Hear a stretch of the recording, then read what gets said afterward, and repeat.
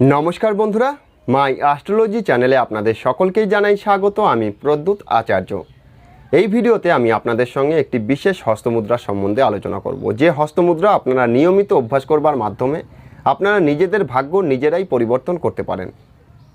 জ্যোতিষশাস্ত্র অনুযায়ী মানুষের জন্মকালীন গ্রহ নক্ষত্রের অবস্থানের বিচার বিশ্লেষণ করে মানুষের ভাগ্যের সম্বন্ধে অনেক কিছু ধারণা দেওয়া সম্ভব। অর্থাৎ মানুষের অতীত, বর্তমান এবং ভবিষ্যৎ সম্বন্ধে অনেক কিছুর বর্ণনা দেওয়া সম্ভব হয়। হস্তরেখা বিজ্ঞান অনুযায়ী মানুষের হাতের গঠনমূলক বৈশিষ্ট্য দেখে মানুষের হাতের রেখার বিচার বিশ্লেষণ করে মানুষের ভাগ্য সম্বন্ধে পূর্বাভাস দেওয়া সম্ভব। মানুষের অতীত, বর্তমান, ভবিষ্যৎ সম্বন্ধে বর্ণনা দেওয়া সম্ভব।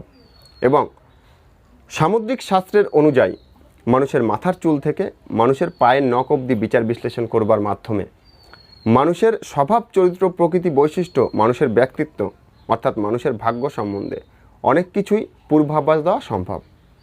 এই সমস্ত কিছু বিচার বিশ্লেষণ করবার মাধ্যমে শুধুমাত্র অনুমান পাওয়া যায়।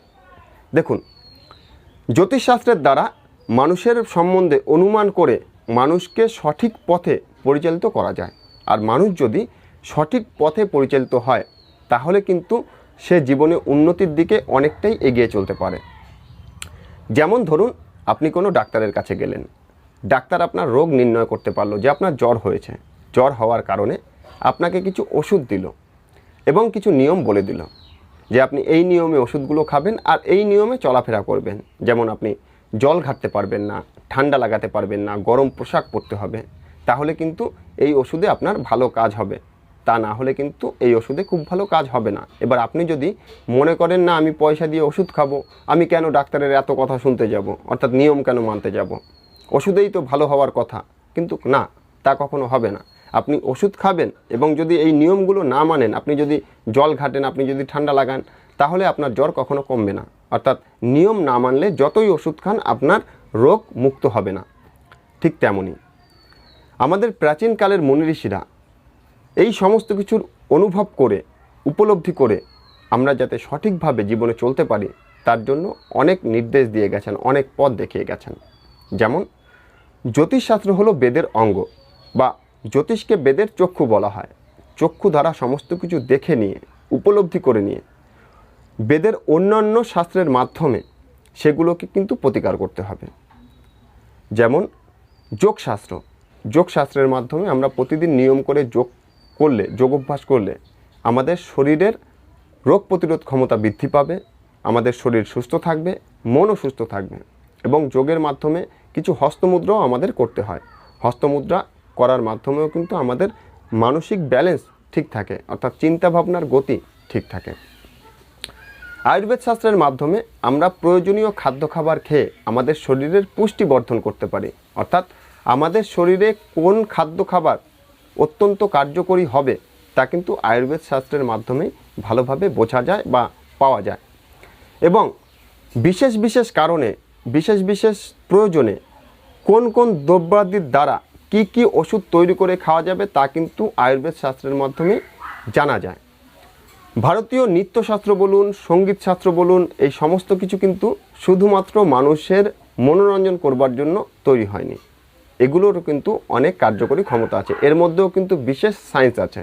যেমন ভারতীয় সঙ্গীত শাস্ত্রের মাধ্যমে যে ধ্বনিগুলো উচ্চারণ হয়, সেই ধ্বনির মাধ্যমেও কিন্তু মানুষের শরীরে যে ভাইব্রেশন তৈরি হয়, সেই ভাইব্রেশনের দ্বারা মানুষের মন এবং শরীর দুইও কিন্তু এই দুইয়েরই কার্যকরী ক্ষমতা অনেক বিকাশ পায়।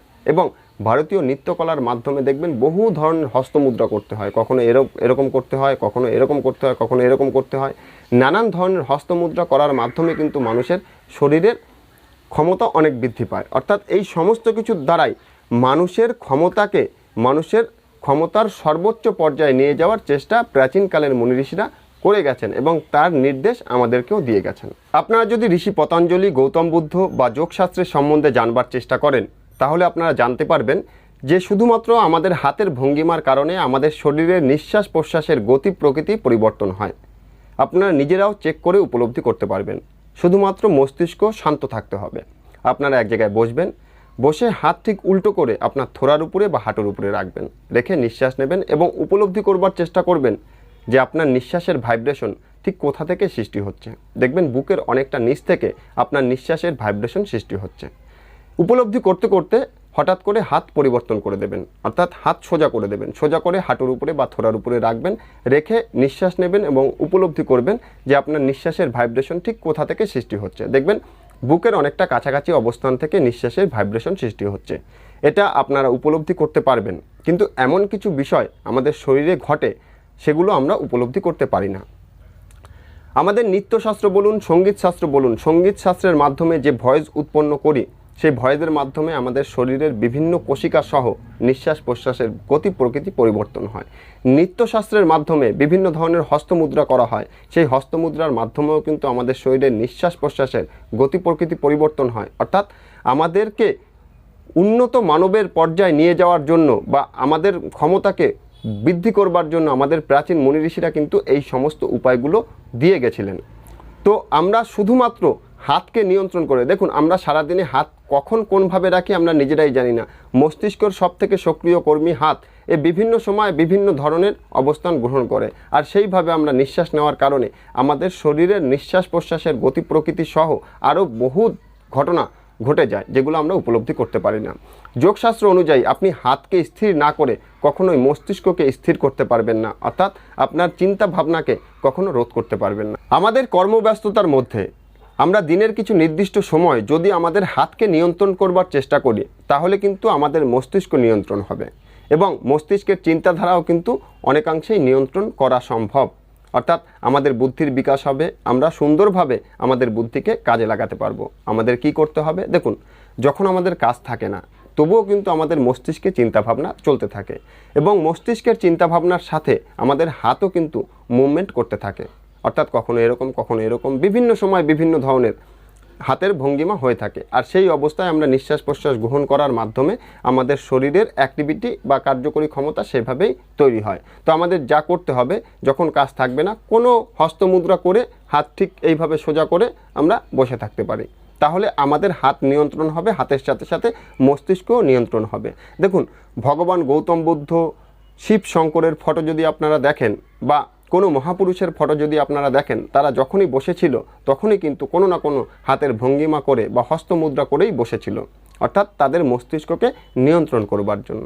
তো যে হস্তমুদ্রার জন্য আজকের এই আলোচনা শুরু করেছি সেটা হলো প্রতিদিন সকালবেলা ঘুম থেকে উঠে আপনি যে হস্তমুদ্রা করতে পারেন তাতে আপনার দিন ভালো যাবে, আপনার ভাগ্যও কিন্তু ধীরে ধীরে পরিবর্তন হতে শুরু করবে।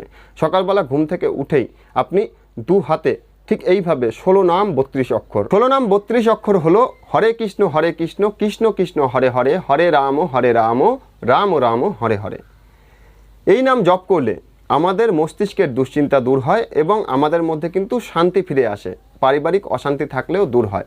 এবং এই নাম জপ করতে হবে, আমরা যেমন অঙ্ক করার সময় কর গোনার ব্যবহার করি 1 2 3 4, ঠিক এইভাবে কর গুণে 16 নাম 32 অক্ষর জপ করতে হবে। ঠিক এইভাবে হাত ঠিক এইভাবে রেখে জপ করবেন, হরে কৃষ্ণ কৃষ্ণ কৃষ্ণ হরে হরে, হরে রাম রাম রাম হরে হরে।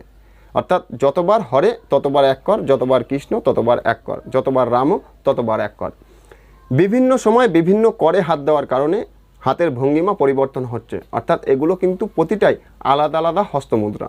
প্রতিদিন সকালবেলা নিয়ম করে এইভাবে 16 নাম 32 অক্ষর জপ করে যদি আপনি কর গোনেন, অর্থাৎ করের গোনার মাধ্যমে 16 নাম 32 অক্ষর জপ করেন, তাহলে দেখবেন আপনার মস্তিষ্কের ব্যালেন্স অনেক ঠিক হচ্ছে, আপনার মধ্যে মানসিক দুশ্চিন্তা দুর্ভাবনা অনেক কমে গেছে, পারিবারিক অশান্তিও কমে যাচ্ছে। কারণ মস্তিষ্ক যদি গরম না হয় তাহলে পারিবারিক অশান্তি কিভাবে হবে, ফলে ধীরে ধীরে আপনার ভাগ্য উন্নতি হবে। তো বন্ধুরা, আজকের এই ভিডিও এই পর্যন্তই। যদি এই ভিডিও আপনাদের ভালো লাগে অবশ্যই লাইক করে কমেন্ট করে আমাদের জানাবেন, শেয়ার করে অন্যদের জানার সুযোগ করে দেবেন। যারা এখনও পর্যন্ত আমাদের চ্যানেল সাবস্ক্রাইব করেননি তারা অবশ্যই আমাদের চ্যানেল সাবস্ক্রাইব করে নোটিফিকেশন চালু করে নেবেন। ঈশ্বর আপনাদের সকলের মঙ্গল করুক, এই বলে এই অনুষ্ঠান শেষ করছি। নমস্কার।